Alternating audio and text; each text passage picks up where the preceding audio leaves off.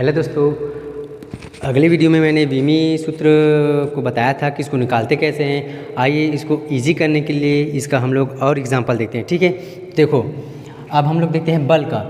तो मैंने आपको कहा था कि किसी भी अगर राशि का आपको निकालना है वीमी सूत्र, तो आपको तो पहले राशियों को तोड़ना आना चाहिए। ठीक है, तो सबसे पहले हम लोग क्या करेंगे, द्रव्यमान बल को तोड़ेंगे। तो बल किस में टूटता है, द्रव्यमान गुणित त्वरण।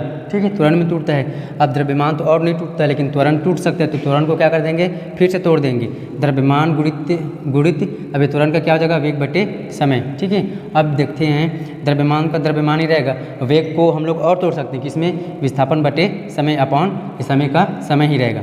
अब यहाँ से हम लोग इसका विमीय सूत्र निकालते हैं। विस्थापन के लिए मैंने बताया था कि इसके लिए क्या होता है,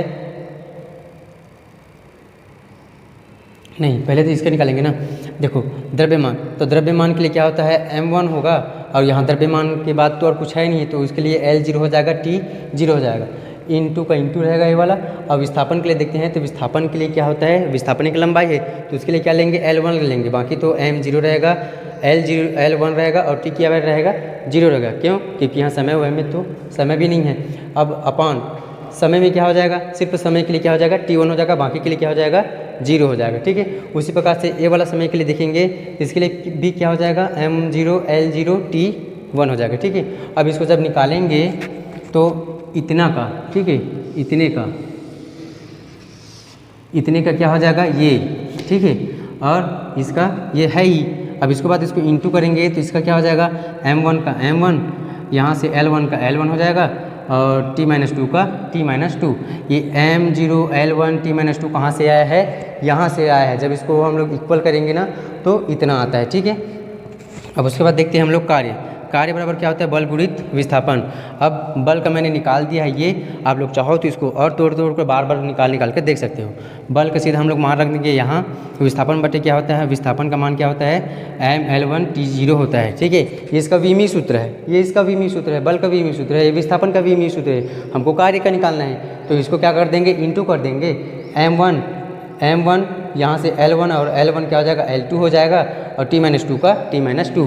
तो ये जो है कार्य का विमीय सूत्र है। ठीक है, उसी प्रकार से देखते हैं हम लोग शक्ति का विमीय सूत्र निकालते हैं। तो शक्ति का विमीय सूत्र निकालने के लिए क्या करेंगे, इसको तोड़ देंगे, कार्य बटे समय में तोड़ देंगे। कार्य का विमीय सूत्र हम लोग ने निकाल लिया है वहाँ से, तो यहाँ हम लोग कार्य का विमीय सूत्र रख देंगे। उसके बाद यहाँ देखेंगे तो समय के लिए क्या देखेंगे, m0 L0 T1। ठीक है, क्योंकि यहाँ को ना तो भार दिख रहा है ना ही हमको लंबाई दिख रहा है, सिर्फ समय दिख रहा है, तो इसलिए समय का T1 हो जाएगा। यहाँ देखेंगे, अब इसको क्या करेंगे, ऊपर जब जाएगा तो ये क्या हो जाएगा, -1 हो जाएगा ऊपर जाएगा तो, और ऊपर में -2 है ही, तो ये क्या हो जाएगा, जुड़ जाएगा। तो क्या हो जाएगा, m1 L2 T-3। ठीक है, T-3। इस प्रकार से ये किसका हो जाएगा, ये हो जाएगा शक्ति का विमीय सूत्र। ठीक है, इस प्रकार से हम लोग बहुत सारे राशियों का विमीय सूत्र निकाल सकते हैं।